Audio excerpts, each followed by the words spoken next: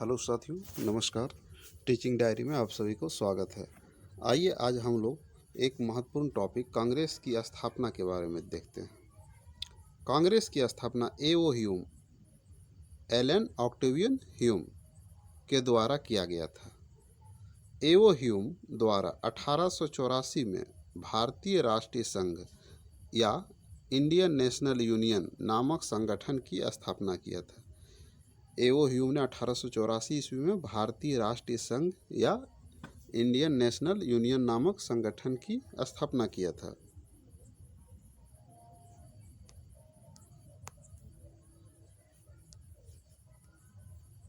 कलकत्ता, बम्बई और मद्रास भ्रमण करने के बाद इसने ऐलान किया कि 1885 में भारतीय राष्ट्रीय संघ का एक सम्मेलन पुणे में आयोजित किया जाएगा। एओ ह्यूम कलकत्ता, मुंबई और मद्रास भ्रमण करने के बाद इसने ऐलान किया कि 1885 में भारतीय राष्ट्रीय संघ का एक सम्मेलन कहाँ आयोजित किया जाएगा? पुणे में। लेकिन इसी वर्ष यहाँ हैजा फैल जाने के कारण गोकुलदास तेजपाल संस्कृत विद्यालय ग्वालियर टैंक बम्बई कर दिया। यहाँ हैजा फैल जाने के कारण गोकुल दास तेजपाल संस्कृत विद्यालय ग्वालियर टैंक बम्बई कर दिया था, इसका जगह बदलकर। इसी सम्मेलन में दादा भाई नौरोजी ने भाग लिया, जिसके सुझाव पर भारतीय राष्ट्रीय संघ का नाम बदलकर भारतीय राष्ट्रीय कांग्रेस कर दिया था। भारतीय राष्ट्रीय संघ का नाम बदलकर भारतीय राष्ट्रीय कांग्रेस किसके सुझाव पर किया था? दादा भाई नौरोजी के सुझाव पर। इसकी स्थापना 28 दिसंबर 1885 को हुई थी। कांग्रेस की स्थापना कब हुई थी? 28 दिसंबर 1885 को। कांग्रेस शब्द अमेरिका के इतिहास से लिया गया है। कांग्रेस शब्द कहाँ से लिया गया है? अमेरिका के इतिहास से, जिसका अर्थ है लोगों का समूह। कांग्रेस का अर्थ क्या है? लोगों का समूह। कांग्रेस का कार्य करने का तरीका लोकतांत्रिक था। कांग्रेस का कार्य करने का तरीका किस प्रकार का था? लोकतांत्रिक था। आइए देखते हैं कांग्रेस का स्थापना से संबंधित सिद्धांत। कांग्रेस की स्थापना से संबंधित दो सिद्धांत है। पहला है सेफ्टी वाल्व का सिद्धांत। इस सिद्धांत का प्रतिपादक लाला लाजपत राय के द्वारा 1916 ईस्वी में अंग इंडिया नामक पुस्तक में किया गया था। सेफ्टी वाल्व का सिद्धांत का प्रतिपादक कौन था? लाला लाजपत राय। इसने 1916 में अंग इंडिया नामक पुस्तक में इस सिद्धांत का प्रतिपादन किया था। तड़ित चालक का सिद्धांत दूसरा तड़ित चालक का सिद्धांत। इस सिद्धांत का प्रतिपादन गोपाल कृष्ण गोखले और एस.एन. बनर्जी के द्वारा किया गया था। तड़ित चालक का सिद्धांत गोपाल कृष्ण गोखले और सुरेंद्रनाथ बनर्जी के द्वारा दिया गया था।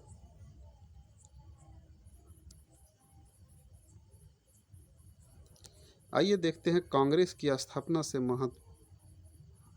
से संबंधित महत्वपूर्ण कथन। कांग्रेस की स्थापना से संबंधित महत्वपूर्ण कथन को देखते हैं। पहला है लॉर्ड डफरिन का।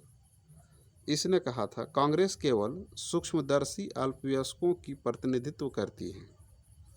लॉर्ड डफरिन का कथन था कांग्रेस केवल सूक्ष्मदर्शी अल्पवयस्क की प्रतिनिधित्व करती है। दूसरा कथन लॉर्ड कर्जन का था। इसने कहा कांग्रेस अपने पतन की ओर लड़खड़ाते हुए बढ़ रही है। कांग्रेस अपने पतन की ओर लड़खड़ाते हुए बढ़ रही। ये कथन किसका था? लॉर्ड कर्जन का। तीसरा कथन अरविंद घोष का था। अरविंद घोष का कथन था ये क्षय होगा, कांग्रेस क्षय रोग से मरने वाली है। कांग्रेस क्षय रोग से मरने वाली। ये कथन किसका था? अरविंद घोष का।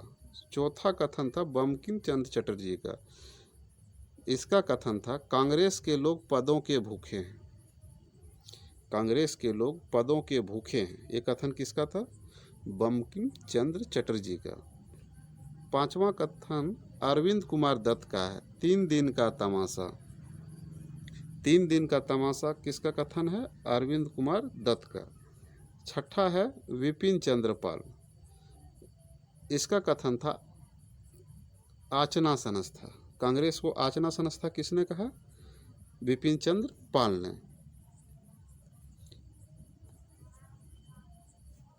आइए अब देखते हैं कांग्रेस के उदारवादी चरण के काल को। कांग्रेस के उदारवादी चरण के काल जो हैं 1885 से 1985 के समय काल को कांग्रेस के उदारवादी चरण के काल के नाम से जाना जाता है। कांग्रेस की आरंभिक 20 वर्षों की राजनीति को सामान्यतः उदारवादी राजनीति के नाम से जाना जाता है। इसे नरमपंथी राजनीति भी कहते हैं। उदारवादी राजनीति को नरमपंथी राजनीति भी कहते हैं। इस समय के उदारवादी नेता आधुनिक शिक्षा प्राप्त अपने पेशे में सफल लोग थे। इस समय के उदारवादी नेता जो थे आधुनिक शिक्षा प्राप्त अपने सफल पेशों में थे। कोई डॉक्टर था, कोई इंजीनियर था, कोई वकील था। इस तरह सभी लोग जो थे अपने अपने क्षेत्र में शिक्षा प्राप्त सफल लोग थे। ये लोग जेम्स मिल एवं वर्क के विचारधारा से प्रेरित थे। ये लोग जो थे जेम्स मिल और वर्क के विचारधारा से प्रेरित थे। ये लोग ब्रिटिश राज की खात्मे की बात नहीं करते थे। ये लोग जो थे ब्रिटिश राज की खात्मे की बात नहीं करते थे। इसकी मुख्य शिकायत यह थी कि ब्रिटिश राज अपने मूल मकसद से भटक गया है। इसका कहना था कि ब्रिटिश राज जो है अपने मूल मकसद से भटक गया है। ये लोग चाहते थे कि अंग्रेज जिस तरह का परिवर्तन एवं सुधार इंग्लैंड में कर रहे हैं, इसी तरह के परिवर्तन एवं सुधार भारत में भी किया जाए।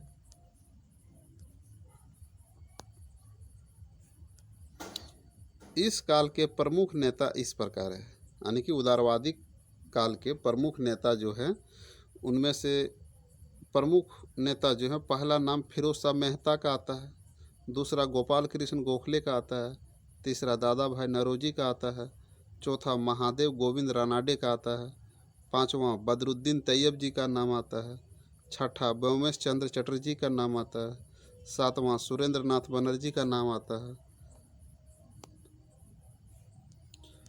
आठवां दिनेश वाचा, नवां मदन मोहन मालवीय, दसवां रास बिहारी घोष, 11वां बाल कृष्ण गोखले और 12वां देवेंद्र नाथ टैगोर। ये सभी नेता जो थे उदारवादी नेता के रूप में जाने जाते थे। आइए देखते हैं कांग्रेस के विचारधारा एवं उसकी कार्य पद्धति। इनके कार्य करने का तरीका बहुत ही उदार था। इनकी विचारधारा इस प्रकार है: ब्रिटिश न्याय प्रियता में अटूट विश्वास, संवैधानिक माध्यम, तीसरा प्रार्थना, चौथा प्रतिवेदन, पांचवा स्मरण पत्र की राजनीति। ये सभी जो थे कांग्रेस विचारधारा के कार्य पद्धति एवं विचारधारा थे। कांग्रेस की विचारधारा एवं कार्य पद्धति में कौन कौन थे? ब्रिटिश न्याय प्रियता में अटूट विश्वास, संवैधानिक माध्यम, तीसरा प्रार्थना, चौथा प्रतिवेदन और पांचवा स्मरण पत्र की राजनीति। वहीं छठा देखें तो था रक्तहीन क्रांति और सातवां आम जनता में विश्वास इसको नहीं था। आइए देखते हैं कांग्रेस के मांग के प्रकार। कांग्रेस के मांग के जो प्रकार था, पहला राजनीतिक मांग था, दूसरा प्रशासनिक मांग, तीसरा आर्थिक मांग और चौथा सामाजिक एवं सांस्कृतिक मांग। आइए एक एक करके देखते हैं। कांग्रेस का राजनीतिक मांग: केंद्रीय एवं प्रांत विधायिका में भारतीय सदस्यों की संख्या बढ़ाया जाए, साथ ही विधानमंडल को और मजबूत बनाया जाए। उत्तर पश्चिम सीमा प्रांत में पंजाब के विधानमंडल का गठन किया जाए। अगला मांग जो था, इसके समय उदारवादियों ने यह नारा दिया, प्रतिनिधित्व नहीं तो कर नहीं। यद्यपि यह मूल नारा जो था अमेरिकी क्रांति का था। प्रतिनिधित्व नहीं तो कर नहीं का नारा किसका था? अमेरिकी क्रांति का। इसी समय जो था उदारवादी लोग भी ये नारा भारत में दिया था।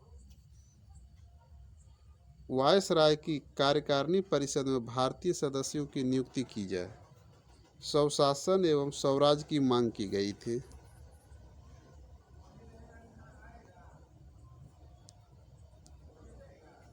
आइए देखते हैं प्रशासनिक मांग को। सिविल सेवा की उम्र को बढ़ाया जाए। लंदन में होने वाली सिविल सेवा परीक्षा भारत में भी आयोजित किया जाए। कार्यपालिका एवं न्यायपालिका की शक्तियों का विभाजन किया जाए। शस्त्र अधिनियम को समाप्त किया जाए। नागरिक अधिनियम प्रदान किया जाए। शिक्षा पर अतिरिक्त बजट दिया जाए। ये सभी मांगे जो थी प्रशासनिक मांगे थी। वहीं आर्थिक मांग जो था, आर्थिक मांग कुछ इस प्रकार था। भू राजस्व की दर में कमी, सैन्य व्यय में कमी, धन की निकासी को रोका जाए, भारतीय उद्योगों को संरक्षण दिया जाए, सीमा शुल्क में कमी की जाए, भारतीय बैंक की कृषि बैंक की स्थापना की जाए, कृषि बैंक की स्थापना की जाए, हस्तशिल्प उद्योग को संरक्षण दिया जाए, रेलवे में शोषणात्मक पक्षों की व्याख्या की गई थी।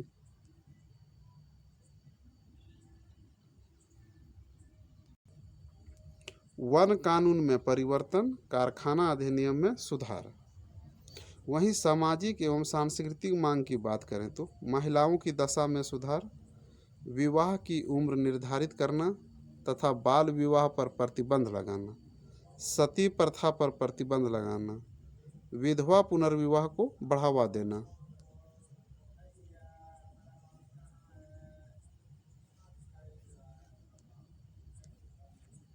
सामाजिक कुरीतियों को दूर किया जाए, जैसे छुआछूत, भेदभाव, उच्च नीच आदि। नर बलि को प्रतिबंधित किया जाए। आदिवासियों की सांस्कृतिक प्रथाओं का संरक्षण दिया जाए। राष्ट्रीय महत्व के संसाधनों को संरक्षण दिया जाए। वहीं उदारवादियों की उपलब्धियों को देखें तो इसमें उदारवादियों ने अंग्रेज के शोषणात्मक चरित्र को उजागर किया था। भारतीयों को आधुनिक राजनीति से परिचित करवाया। भारतीयों के अंदर राष्ट्र प्रेम को जागृत किया।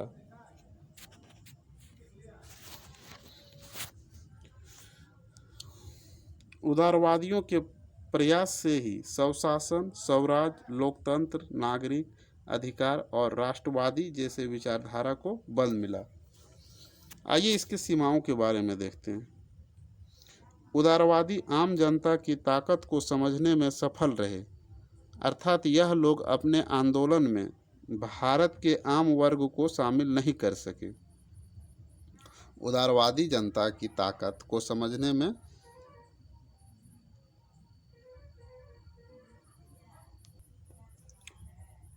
उदारवादी आम जनता की ताकत को समझने में असफल रहे, सफल नहीं हुए, असफल होगा, असफल रहे, अर्थात यह लोग अपने आंदोलन में भारत के आम वर्ग को नहीं शामिल कर सके।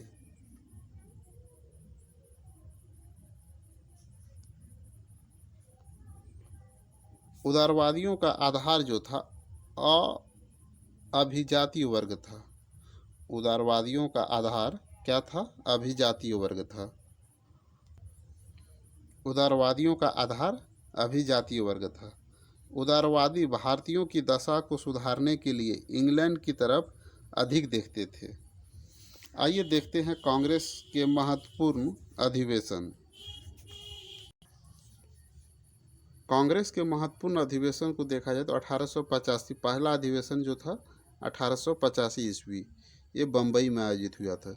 इसमें कांग्रेस के प्रथम अधिवेशन का अध्यक्ष बोमेश चंद्र चटर्जी थे। इस अधिवेशन में 72 प्रतिनिधियों ने भाग लिया। ए.ओ. ह्यूम को कांग्रेस का महासचिव बनाया गया था। दूसरा अधिवेशन 1886 में कलकत्ता का अधिवेशन। कलकत्ता के द्वितीय अध्यक्ष दादा भाई नौरोजी थे। यह प्रथम पारसी अध्यक्ष था। इस अधिवेशन में 434 सदस्यों ने भाग लिया था। लॉर्ड डॉफरिन ने सदस्यों को उद्यान भोज कराया था। लॉर्ड डॉफरिन ने कांग्रेसियों को उद्यान भोज दिया था। इस अधिवेशन में कार्यपालिका और न्यायपालिका को अलग करने की मांग रखा था। तीसरा अधिवेशन 1887 ईस्वी मद्रास का था। यह कांग्रेस का तीसरा अधिवेशन था। इस अधिवेशन का अध्यक्ष बदरुद्दीन तैयब जी थे। यह प्रथम मुस्लिम अध्यक्ष था। बदरुद्दीन तैयब जी जो थे ये प्रथम मुस्लिम अध्यक्ष थे। इसमें 607 प्रतिनिधियों ने भाग लिया। इसमें कांग्रेस बनो का नारा दिया था। इस अधिवेशन में पहली बार तमिल भाषा में भाषण दिया गया था। चौथा अधिवेशन इलाहाबाद में था। यह अधिवेशन चौथा अधिवेशन था 1888 का। इलाहाबाद अधिवेशन जो था ये चौथा अधिवेशन था। इस अधिवेशन की अध्यक्षता जॉर्ज यूले ने किया था। यह प्रथम ईसाई कांग्रेस अध्यक्ष था। जॉर्ज यूले जो था ये प्रथम ईसाई कांग्रेस अध्यक्ष था। इसमें 1248 सदस्यों ने भाग लिया। इस अधिवेशन में ब्रिटिश हाउस ऑफ कॉमन का अध्यक्ष चार्ल्स वाडला उपस्थित थे।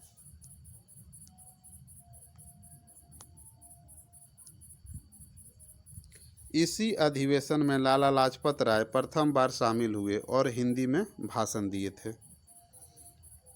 पांचवा अधिवेशन 1889 ईस्वी में बम्बई में हुआ था। इस अधिवेशन की अध्यक्षता विलियम वेडरसन ने किया था।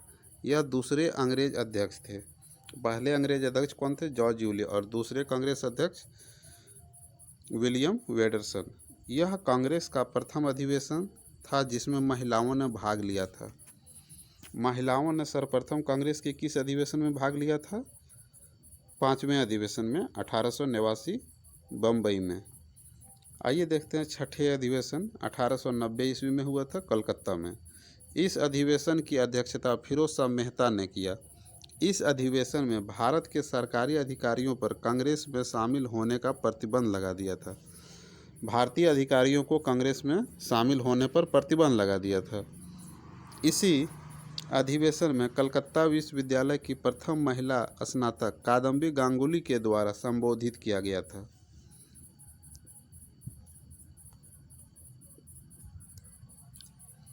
अठारह सौ 91 का नागपुर अधिवेशन। इस अधिवेशन की अध्यक्षता आनंद चार्लू के द्वारा किया गया था।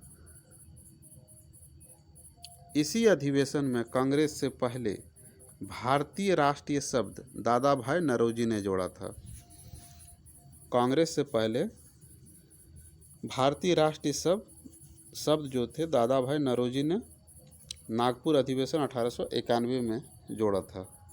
आठवां अधिवेशन जो है 1892 का इलाहाबाद अधिवेशन था। इस अधिवेशन में अध्यक्ष व्योमेश चंद्र चटर्जी के द्वारा किया गया था। इस अधिवेशन का अध्यक्षता जो था व्योमेश चंद्र चटर्जी के द्वारा किया गया था। यह अधिवेशन इंग्लैंड में प्रस्तावित था लेकिन नहीं हो सका। अगला महत्वपूर्ण अधिवेशन जो है 1896 का कलकत्ता अधिवेशन। इस अधिवेशन की अध्यक्षता रहीमतुल्ला सपानी ने किया था। इसी अधिवेशन में बंकिम चंद्र चटर्जी द्वारा रचित वंदे मातरम का पहली बार गायन किया था।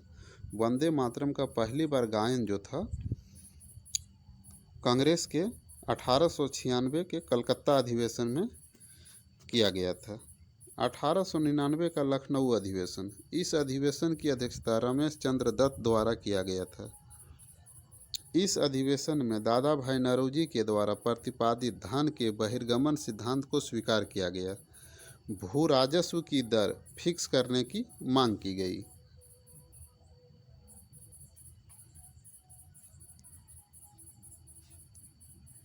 उन्नीस 1901 का कलकत्ता अधिवेशन। इस अधिवेशन की अध्यक्षता दिनेश वाचा के द्वारा किया गया था।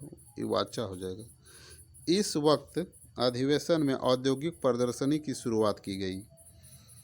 नेक्स्ट महत्वपूर्ण अधिवेशन जो है 1905 का बनारस अधिवेशन। इस अधिवेशन की अध्यक्षता गोपाल कृष्ण गोखले ने किया था। इस अधिवेशन में बंगाल विभाजन का विरोध किया गया। स्वदेशी तथा बहिष्कार का समर्थन किया गया था। आइए देखते हैं 1906 का कलकत्ता अधिवेशन। इस अधिवेशन की अध्यक्षता दादा भाई नौरोजी ने किया था। स्वराज को राष्ट्रीय आंदोलन का लक्ष्य घोषित किया गया। 1907 का सूरत अधिवेशन।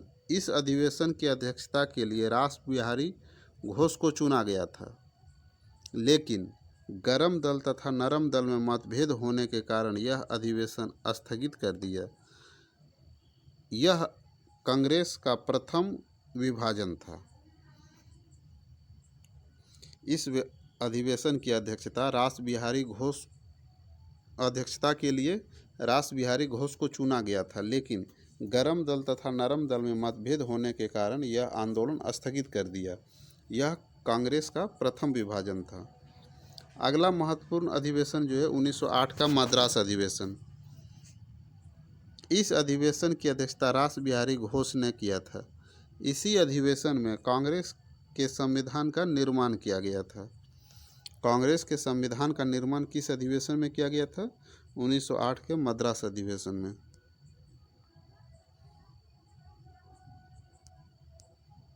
आइए देखते हैं 1911 का कलकत्ता अधिवेशन। इस अधिवेशन की अध्यक्षता बिशन नारायण धर ने किया था। इसी अधिवेशन में पहली बार जन गण मन गाया गया था। जन गण मन पहली बार कब गाया गया था? 1911 के कलकत्ता अधिवेशन में। अगला महत्वपूर्ण अधिवेशन जो है 1912 के बांकीपुर पटना अधिवेशन। इस अधिवेशन की अध्यक्षता रंगनाथ नरसिंह मधुलकर ने किया था। इस अधिवेशन में ए.ओ. ह्यूम को कांग्रेस का पिता घोषित किया गया था। 1916 का लखनऊ अधिवेशन। इस अधिवेशन की अध्यक्षता लक्ष्मी चरण मजूमदार ने किया था। इस अधिवेशन में नरम दल एवं गरम दल का एकीकरण कांग्रेस हुआ। कांग्रेस एवं मुस्लिम लीग के बीच समझौता हुआ तथा समझौते को लखनऊ पैक्ट भी कहा जाता है। इस समझौते को क्या कहा जाता है? लखनऊ पैक्ट। 1916 का लखनऊ पैक्ट जो था, लखनऊ अधिवेशन, इस अधिवेशन की अध्यक्षता लक्ष्मी चरण मजूमदार ने किया था। इस अधिवेशन में नरम दल एवं गरम दल का एकीकरण कांग्रेस में हुआ। कांग्रेस एवं मुस्लिम लीग के बीच समझौता हुआ। इस समझौता को किस नाम से जाना जाता है? लखनऊ पैक्ट के नाम से।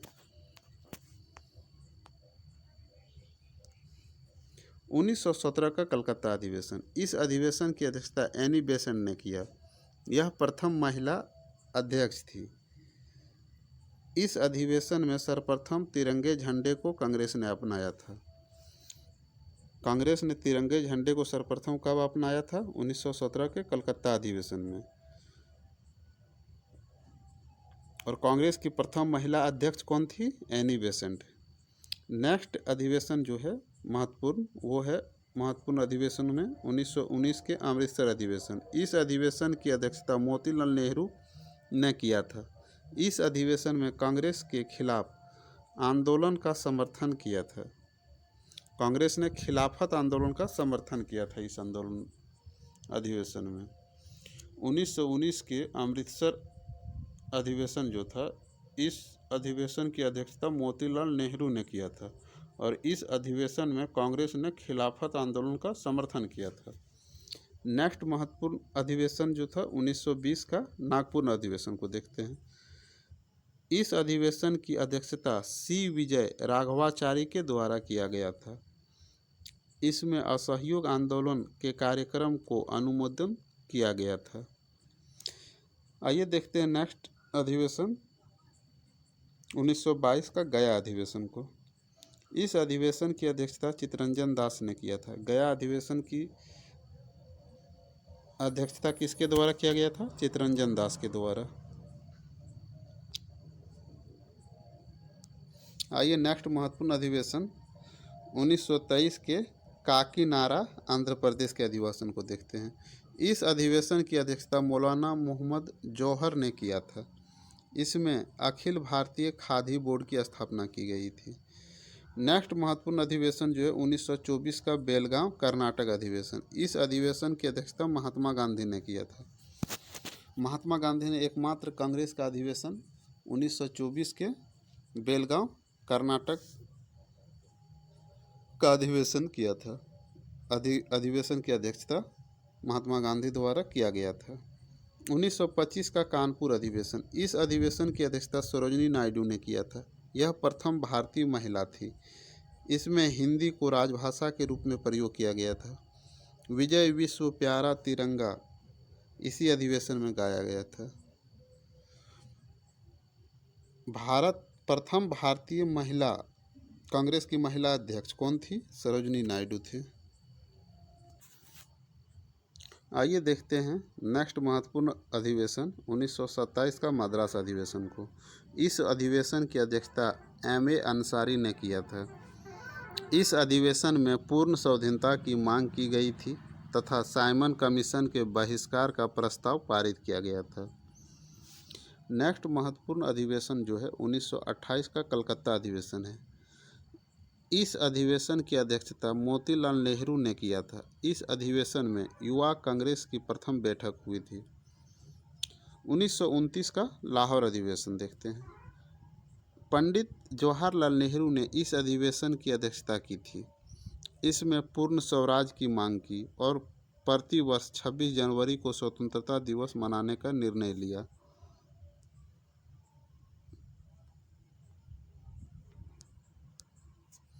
उन्नीस सौ 31 का कराची अधिवेशन। इस अधिवेशन की अध्यक्षता वल्लभ भाई पटेल ने किया। इस अधिवेशन में कांग्रेस द्वारा मौलिक अधिकारों की मांग की गई तथा गांधी इरविन समझौता का अनुमोदन हुआ। नेक्स्ट अधिवेशन 1934 का बम्बई अधिवेशन। इस अधिवेशन की अध्यक्षता डॉक्टर राजेंद्र प्रसाद ने किया। इसमें कांग्रेस समाजवादी दल की स्थापना की गई थी। नेक्स्ट महत्वपूर्ण अधिवेशन जो है 1936 का लखनऊ अधिवेशन को देखते हैं हम लोग। इस अधिवेशन की अध्यक्षता पंडित जवाहरलाल नेहरू ने किया। इसमें समाजवाद को राष्ट्रीय आंदोलन का लक्ष्य घोषित किया गया था। आइए नेक्स्ट अधिवेशन 1937 के फैजपुर महाराष्ट्र को देखते हैं। इसकी अध्यक्षता पंडित जवाहरलाल नेहरू ने किया। यह प्रथम अधिवेशन था जो गांवों में संपन्न हुआ था। कांग्रेस का गांवों में संपन्न अधिवेशन कौन था? फैजपुर। ये 1937 में आयोजित किया गया था। इसका अध्यक्षता किसने किया था? पंडित जवाहरलाल नेहरू ने। 1938 का हरिपुरा गुजरात अधिवेशन। इस अधिवेशन की अध्यक्षता सुभाष चंद्र बोस ने किया था। इसमें सुभाष चंद्र बोस द्वारा हिंदी भाषा के लिए रोमन लिपि लागू करने की वकालत की। राष्ट्रीय नियोजन समिति का गठन किया गया जिसके अध्यक्ष जवाहरलाल नेहरू बने। आइए नेक्स्ट 1939 के त्रिपुरी जबलपुर मध्य प्रदेश अधिवेशन को देखते हैं। इस अधिवेशन की अध्यक्षता सुभाष चंद्र बोस ने किया था। यह प्रथम अधिवेशन था जिसमें कांग्रेस के लिए चुनाव किया गया। इसी अधिवेशन में सुभाष चंद्र बोस ने इस्तीफा दिया और नया अध्यक्ष डॉक्टर राजेंद्र प्रसाद बना।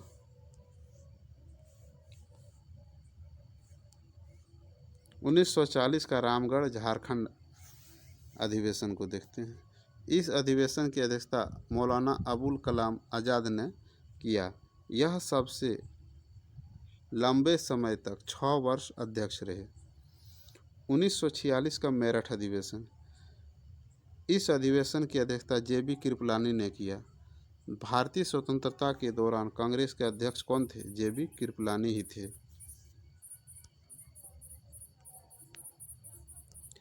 आइए देखते हैं कांग्रेस के विशेष अधिवेशन के बारे में। 1918 का बम्बई अधिवेशन। इसकी अध्यक्षता सैयद हसन इमाम ने किया था। 1920 के कलकत्ता अधिवेशन। इसकी अध्यक्षता लाला लाजपत राय ने की थी। आइए देखते हैं 1923 का दिल्ली अधिवेशन। इसकी अध्यक्षता अबुल कलाम आज़ाद ने की थी। यह सबसे युवा अध्यक्ष था। इस समय इसकी आयु 35 वर्ष थी। 1946 का दिल्ली अधिवेशन। इस अधिवेशन की अध्यक्षता पंडित जवाहरलाल नेहरू ने किया था। नेक्स्ट अधिवेशन जो स्पेशल अधिवेशन था वो था 1947 का दिल्ली अधिवेशन। इस अधिवेशन की अध्यक्षता डॉक्टर राजेंद्र प्रसाद ने की थी। तो इस तरह से भारतीय राष्ट्र कांग्रेस का टॉपिक यहीं समाप्त होता है।